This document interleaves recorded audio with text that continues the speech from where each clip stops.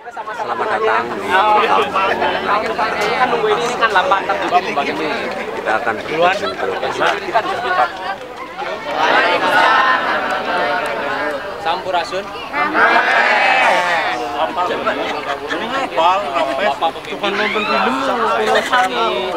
Bapak-bapak dan ibu-ibu keluarga besar dari Dinas Pariwisata dari Banyumas yang saya hormati juga.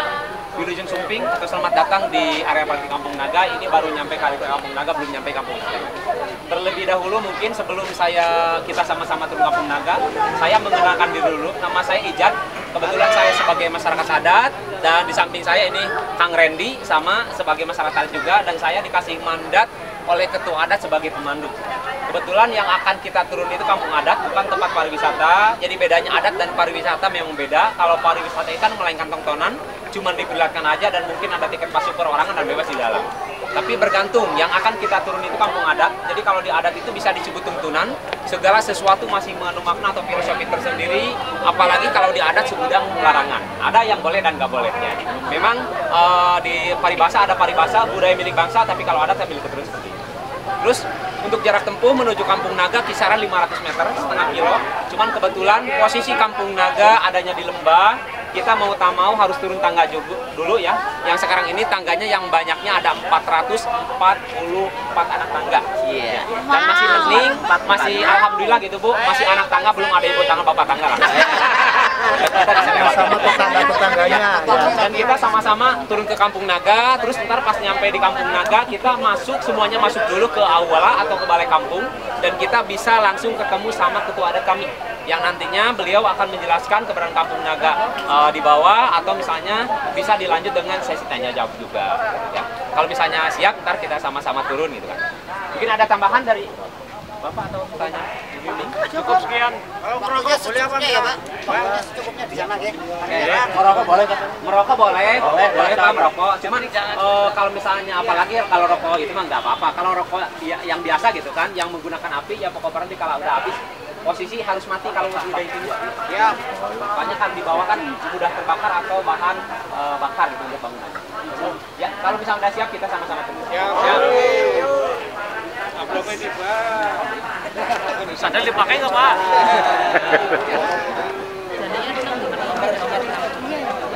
Hari ini kita bersama kelompok sadar wisata yang berasal dari desa yang berada di wilayah Kabupaten Banyumas. Dan alhamdulillah saya mewakili desa saya, yaitu Desa Menari Tambak Negara. Kita akan menuju ke tempat tujuan kita, yaitu wisata adat Kampung Naga Tasikmalaya.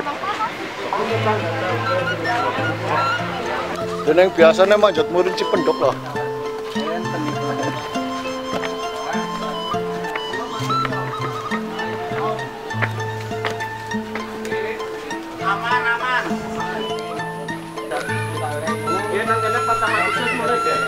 Dajjal itu bareng-bareng jumlahnya pada apa ora?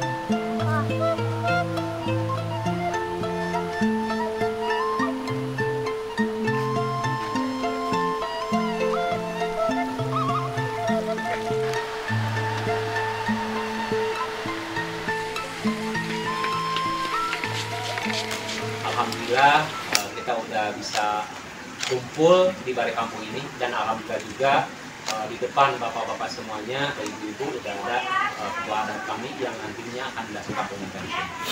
Dan untuk rangkaian acara mungkin pertama buka udah saya buka, terus kedua ada penyampaian maksud dan tujuan mungkin dari ketua rombongan dari Banyumas. Kesempatan hari ini atau sore ini kami dengan teman-teman dari Banyumas ingin menimba ilmu dengan Bapak dan teman-teman yang ada di Kampung Naga ini, istilahnya bagaimana mengelola ataupun hal-hal yang dapat kami terapkan di Kabupaten Banyumas. Sampurasun. Sampai. Dan merupakan sore di Kampung Naga, selamat datang. Mohon maaf terima penerimaan cuma alasannya. Namun mudah-mudahan tidak menjadi suatu penyekat untuk kita silaturahim dengan warga kami. Nah, karena memang Kampung Naga ini kampung tradisional, justru yang berada di tengah-tengah hiburan keramaian. Kami tidak jauh dari jalan raya, bahkan kami di jalan raya. Kami dihadapkan dengan berbagai era, berbagai zaman. Apalagi kita kan dihadapkan sekarang dengan era digitalisasi. Namun alhamdulillah Kampung Naga bisa bertahan. Sekalipun gemburan budaya kiriman itu yang sangat luar biasa. Nah barangkali apa sih yang menjadi kata kunci Kampung Naga bisa bertahan? Nah sebetulnya sederhana gitu kan. Kami mempunyai sebuah dasar adat dan budaya. Di mana kalau adat ini adalah milik keturunan, kalau budaya itu milik bangsa. Jadi jangan sampai hanya cerita kita sebagai bangsa yang besar, bangsa yang menghargai menghormati budaya, buktinya mana gitu kan. Kadang seolah-olah mengartikan budaya itu seolah-olah hanya tradisional. Padahal arti budaya itu sangat luas, arif dan bijaksana, bahkan bijaksini. Gitu. Nah nanti kita bahas, maaf bukan kami menggurui, tapi kami berbagi pengalaman dengan bapak-bapak dari Banyumas. Kebetulan di Banyumas juga kan ada Ibu Sikep, gitu kan, Ibu Using, yang sudah saya tahu itu ada beberapa gitu kan pernah ke sana. Nah kalau secara geografis Kampung Naga ini berada di Desa Neglasari, Kecamatannya Salawu, Kabupaten Tasikmalaya, di mana ini sebuah kampung merupakan sebuah sentral di luar kami, karena para kami mayoritas ini tinggal di luar kampung. Karena kampung ini diwarisi hanya 1,5 hektar untuk pemukiman. Dan di mana kapasitas pada saat ini itu hanya bisa menampung 110 bangunan yang dihuni oleh 102 kepala keluarga. Dan jiwa yang saya kali sini itu mungkin di bawah 10%. Sampai hari ini itu 261 jiwa. Jadi membayangkan para kami yang tinggal di sini juga yang tinggal di luar itu hanya dari sisi tempat tinggal atau fasilitas yang digunakan. Seperti halnya mungkin tadi di area parkir itu pinggir jalan warga kami semua gitu kan. Jelas bangunannya beda, fasilitas juga beda disesuaikan dengan kebutuhan di mana mereka berada. Nah kalau untuk Kampung Naga tetap harus begini dengan bentuk bangunan yang sama, bahan yang sama gitu kan. Lantas aktivitas para kami terutama yang menjadi pokok mata pencaharian itu bertani, sawah dan ladang, di mana hasilnya itu diutamakan dikonsumsi oleh warga. Jadi ada punya dua keluar, yaitu apabila sudah memenuhi kebutuhan pangan, yang minimal 1 atau 2 musim. Jadi pada kami lebih menjalankan stok pangan dulu ketimbang hasil panen dijual. Adapun dari tambah yang buat kerajinan, selain jualan, jadi pegawai, buruh dan sebagainya itu merupakan dari tambah. Nah aktivitas warga kami yang ada di luar juga yang ada di sini tuh apabila bertepatan dengan hari atau bulan besar Islam itu mengadakan acara yang dinamakan hajat sasi atau upacara adat. Nah upacara adat ini dilaksanakan itu setahun itu 6 kali. Yang pertama bulan Muharram, ini Tombol Hijriah. Yang kedua Maulid, barangkali tahu. Yang ketiga Jumadil Akhir, ini pertengahan tahun Hijriah. Yang keempat Syaban, tepatnya itu Syaban. Nah itu menjelang puasa. Yang kelima Idul Fitri dan yang terakhir Idul Adha. Nah, itu upacara adat itu yaitu ziarah ke makam Kampung Naga dan dilaksanakan oleh kaum laki-laki. Di mana para ibu itu menyediakan makanan. Jadi selesai ziarah, doa bersama di masjid dipimpin oleh Kuncen. Nah, Kuncen ini salah satu lembaga adat. Lembaga adat di Kampung Naga itu ada 3. Ada Kuncen, Lebek, dan Kunduk. Kuncen itu pemangku adat. Pada kesempatan ini saya sendiri yang melaksanakan, nama saya Ari Gerardi. Yang kedua, Lebek itu bertugas di bidang sarana keagamaan. Yang ketiga, Punduk bertugas di bidang kemasyarakatan, mengayomi masyarakat. Nah, lembaga adat ini secara turun-temurun dari keturunan laki-laki atau patrilineal. Juga jabatannya pun bukan jabatan politis. Jadi selagi mampu kadang saya bisa berjuang. Nah, sekalipun kami sebagai masyarakat adat, kami juga sama sebagai warga negara. Di sini ada lembaga pemerintah seperti halnya ada RT, RW, dan lain sebagainya. Juga hak dan kewajiban kita sama. Karena kita sama-sama sebagai warga negara. Nah, terus selanjutnya, apa tadi yang menjadi kata kunci Kampung Naga bisa bertahan? Itu sederhana dengan landasan budaya. Nah, kalau budaya menurut kacamata kami itu adalah tuntunan. Dan budaya ini bukan tontonan. Nah, kebetulan bapak-bapak ini kan ada dari desa pengelola desa wisata gitu. Sekalipun pengelola desa wisata itu imbasnya jadi pariwisata, sebetulnya titik tolaknya itu adalah adatnya dulu atau budaya yang dulu, kan? Nah, jadi lebih mengedepankan budaya, imbasnya pariwisata, kan? Tuntunan dulu, gitu kan? Baru nanti tontonan. Nah, itulah. Jadi jangan mengedepankan tontonan dulu, gitu kan? Tentunya nanti ketinggalan. Itu kena itu kan. Justru malah seharusnya diutamakan itu tuntunan dulu, imbasnya tontonan. Dan pada akhirnya kita istilahnya ya dapat finansial, gitu kan. Tapi tidak lepas daripada tuntunan. Nah, jadi sekali lagi bahwa budaya itu adalah tuntunan, bukan tontonan, gitu kan. Dan budaya itu adalah gaya hidup, bukan hidup gaya. Nah, kita sekarang dihadapkan dengan berbagai era, berbagai zaman. Apalagi sekarang budaya kiriman itu yang sangat deras. Budaya kiriman ini tidak bisa dibendung, tetap kita amini, ya. Tapi kita lebih menggunakan budaya warisan dibanding budaya kiriman. Jangan sampai budaya kiriman dibanggakan, budaya warisan ditinggalkan, itu kan naif, ya. Jadi kita boleh hidup gaya, tapi gaya hidup tidak boleh ditinggalkan. Nah, itu yang menjadi kata kuncinya budaya, gitu kan, tuntunan dan gaya hidup. Nah, selanjutnya dengan landasan budaya dalam cara pola hidupnya itu bersama alam.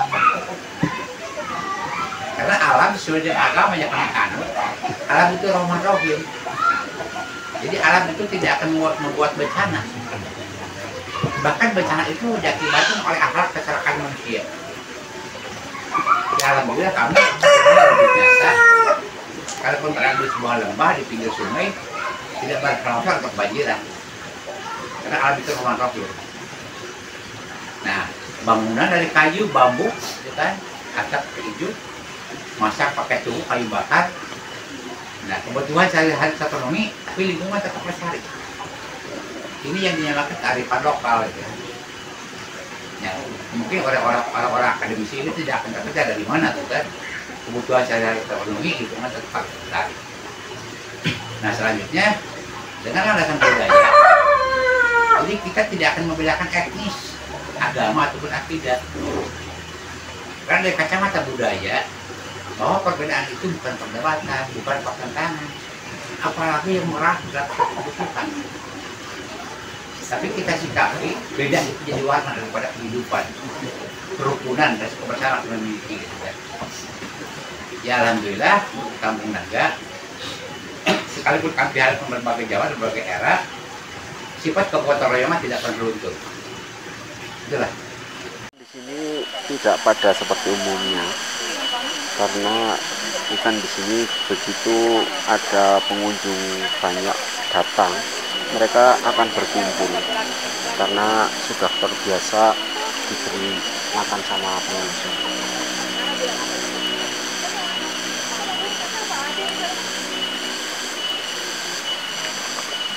Kiat-kiatnya kami menjaga dan melestarikan budaya yang dibawakan oleh nenek moyang kami.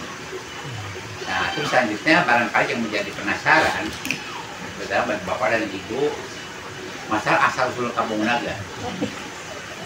Asal-usul Kampung Naga ini sebetulnya kami kehilangan jejak. Karena pada tahun 1956 Kampung Naga ini pernah dibakar oleh gerombolan DITI yang dipimpin oleh Pak Sudiryo. Nah, gerombolan DITI kan punya tujuan ingin mendirikan negara Islam di Indonesia. Sedangkan kiblat kami juga kampung-kampung sekitar kan kiblatnya ke Republik berpercaya. Dan negeri kita kan tidak didominasi oleh satu golongan. Nah, ketika menolak bergabung dengan DITI, justru malah kampung ini dibakar dan berhanguskan. Nah, bisa dibayangkan ketika konflik bangunan seperti ini, jadi generasi terdahulu tidak bisa membela benda, pusaka, juga dokumen yang ada di Kampung Naga. Bahkan jiwa pun ada yang tidak diselamatkan karena tempatnya api. Yang maka dari itu jelas kami dalam jejak. Kapan Kampung Naga didirikan, sebelumnya siapa? Cuman alhamdulillah tata cara seperti Kawasan Utara itu masih berjalan. Dan kalau kita melihat di dalam kampung ini ada 3 petilasan yang sampai saat ini dikeramatkan. Salah satunya itu ada petilasan Paksolatan, di mana Islam turun kan petilasan sholat. Dulu adanya di bantaran sungai, jadi ambil wudhunya dari sungai, caranya mereka batu. Sekarang sudah ada masjid. Nah, di samping masjid juga ada petilasan lumbung. Jadi nenek moyang kami sudah memberikan suri tauladan untuk ketahanan pangan apabila menghadapi masa tertentu. Yang terakhir ada Bumi Ageng. Nah, kalau Bumi Ageng sekarang bukan dibakar oleh gerombolan, itu dibangun kembali. Karena Bumi Ageng ini tempat lembaga adat. Apabila melaksanakan upacara adat setiap tahun 6 kali tadi berangkat dari sana. Nah, ketika tempat ini tidak sembarang orang bisa masuk ke sana. Jangankan tamu atau pribumi, bahkan lembaga adat pun itu dalam waktu-waktu tertentu. Nah, norma yang di Kampung Naga sekalipun banyak larangan, tidak banyak aturan. Larangan apapun cukup dengan satu kalimat tamali. Dan kalimat tamali ini tahu tidak ada kalimat tawar-menawar. Jadi warga juga sebentar apabila ada pengunjung yang mengunjungi tempat yang diamalikan itu tegur. Misal, Pak, Bu, yang tadinya tidak boleh kesana Pak Mali gitu ya. Itu hadiahnya bukan mempersulit. Tapi kalau bahasa kami itu didasari oleh nyade deh, atau rok-manrok gitu kan. Karena pepatah mengatakan di mana bumi dipijak sudah ada. Mereka itulah gambar umum saksikan. Karena ada Kampung Naga dan apabila ada hal yang perlu ditanyakan, kami silakan. Ini kebetulan, jadi setiap kampung ada namanya, kebetulan nama kampung ini Kampung Naga, desanya Nagasari. Nah, cuman kadang ilustrasi orang, kan kalimat naga itu ilustrasinya terhadap binatang gitu kan. Padahal tidak pernah ada kaitan kita itu. Nah, kebetulan sepengetahuan kami di Priangan Timur ini sampai ke perbatasan Jawa Tengah, Cilacap, itu kalimat naga itu banyak sekali. Yang sekarang aja yang jadi pusat bisnis Priangan Timur itu kota Tasikmalaya, dulunya namanya Kampung Nagara Wangi, ada Kampung Nagara Sari, ada Kampung Nagara Tengah, Kampung Nagara Lalu, dan lain sebagainya. Sampai ke perbatasan Cilacap ada yang namanya Kampung Cipalik Nagawilu gitu kan. Ya, Cipari. Ya, pernah ada? Cipari. Iya, jadi itu. Nah, cuman ilustrasi orang gitu kan, ketika dengar Kampung Naga ini Anda binatang gitu kan. Yang jelas orang sini bukan turunan naga, itu turunan Ibu, berasnya berapa, Bu? Beas. Masar beas ya. Masar beras. Saya Sabraha teh. 25. Asli produksi sini apa, Bu? Nutu. Di Banyumas, Jawa Tengah. Bagus mah ini bagus ya. Tinggal bolak-balik. Barang langka kue beras tuton, Bok. Tahun 2023 kue sih mangan beras tuton, Bok ya gara-gara maring Kampung Naga. orang sini boleh apa namanya nikah dengan orang luar, kalaupun dia terus nanti gimana? Jadi gini, Bagus ya. masalah itu bebas, itu terserah Bu. Kebetulan saya sendiri nikah dengan orang luar, adik saya dengan orang Bogor, maka keluarga kami jauh-jauh Bu. Jadi boleh nikah dengan orang mana saja, mana saja, sama satu syarat agamanya sama. Artinya kalau orang sini tapi orang luar dibawa ke sini boleh ya Pak? Itu masih lagi yang ada apa boleh, gitu kan? Nah, itu jadi silakan gitu kan. Ya, ini di sini itu listrik itu ditolak. Jadi jauh-jauh hari ada program Indonesia Fisik Pasung Desa. Kami tahun 60 kata orang tua sudah tawar listrik, bahkan gratis. Dan yang pernah saya alami 2009 ketika ada konvensi gas, kami kedatangan di PLN gitu kan ke sini, ya, menawari listrik. Gitu. Seandainya Bapak menerima hari ini akan saya ceritakan. Itu berapa sih penerangan dalam kampung atau di luar kampung, gitu kan? Ya, jadi nggak usah bayar, gitu kan? Selagi pengguna ada. Cuma saya bilang ya terima kasih Pak, gitu kan? Nah, kalau kampung Naga sudah terang beneran, barangkali jadi kampung Melayu saya bilang atau Pondok Muda. Tak lupa saya bilang listrik itu memang merupakan satu kebutuhan bagi warga kami, gitu kan? Baik untuk komunikasi, HP, kesehatan dan sebagainya, gitu kan. Nah, kami sediakan charger di luar. Jadi kami menyediakan charger di luar kampus. Ya. Di sini pakai rumah, pakai tempel rumah dengan minyak tanah. Alhamdulillah minyak tanah masih bisa disubsidi. Gitu kan. Mahal. Ya karena ya memang kami berdua gitu kan. Masa kami sebagai pelestari budaya kok itu dalam berupaya gitu kan, jangan sampai pemerintah itu keliru gitu kan menentukan kebijakan. Ini Pak, saya mau nanya Pak. Boleh, Oh dia, ini saya putra putri warga Naga itu apakah ada yang merantau kemudian berhasil terus ke sini? Soalnya ke sini kan tidak listrik. Nah, ada yang berhasil buatan Pak? Enggak ada. Jadi warga kami tidak menutup diri gitu kan, boleh merantau kemana saja gitu kan. Maka keluarga kami juga merantaunya itu bukan hanya di negeri kita gitu kan, di Jepang bahkan ada keluarga kami yang sampai 22 tahun di Jepang gitu kan. Balik ke sini biasa lagi, nyangkul lagi ya. Oh gitu ya? Jadi warga kami boleh pendidikan sampai jadi juga tinggi. boleh. Mau jadi apa juga boleh gitu kan. Sampai ke sini tetap atribut terpaksa dulu. Itu masih berlaku Pak. Walaupun di luar jadi seorang pejabat, di sini sama. Nyambung pertanyaan Pak Anton, bahwasanya kalau misalnya warga di sini kan sudah boleh sekolah ataupun bekerja dimanapun, tidak ada larangan itu. Nah di sini solusi misalnya memungkinkan kalau misalnya nanti suatu saat warga itu habis, mungkin atau enggak, atau ada memang ada sistem di mana untuk mempertahankan populasi seperti itu. Ada. Ya. Itu sebetulnya kami tidak ada kekhawatiran tentang hal itu gitu kan. Yang pernah saya alami gitu kan.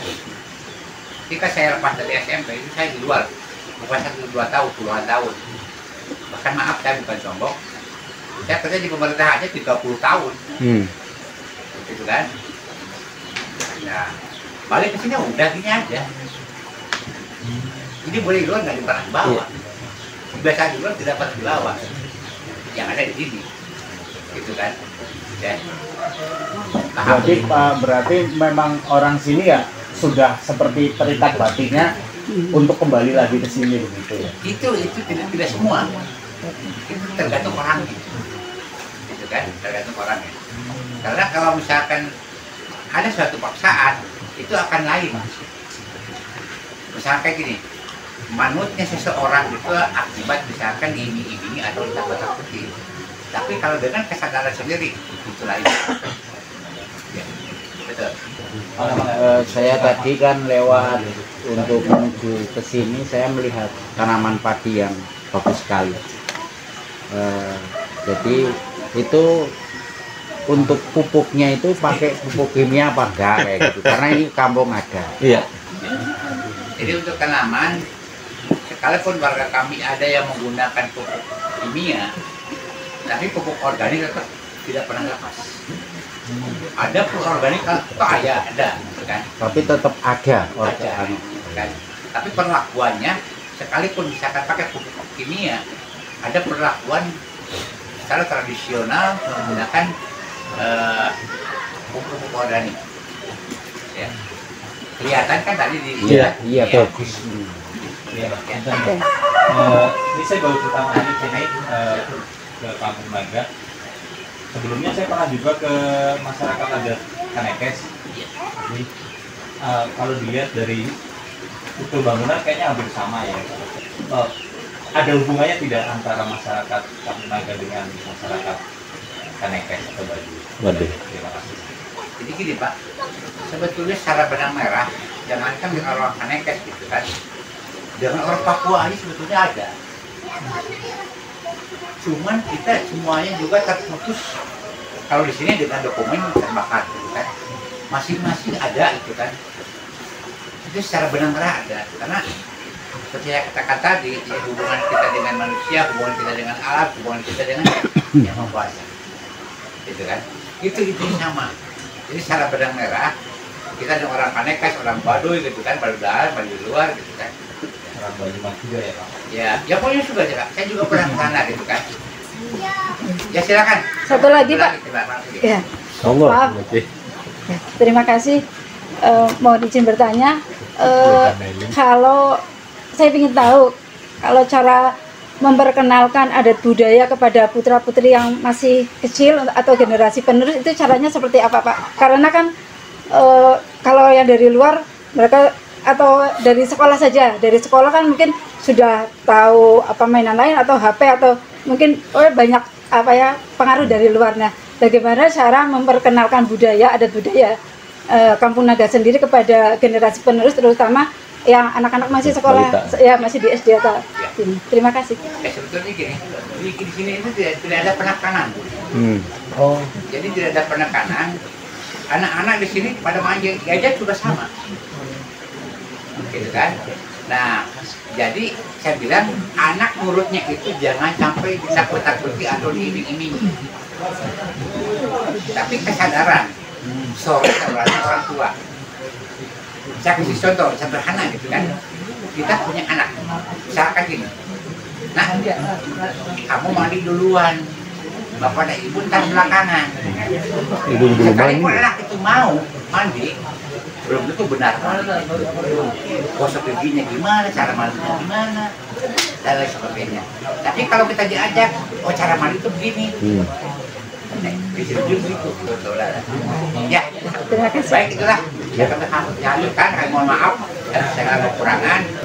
Kita akhiri ngobrol sekarang. Assalamualaikum warahmatullahi wabarakatuh. Waalaikumsalam warahmatullahi wabarakatuh.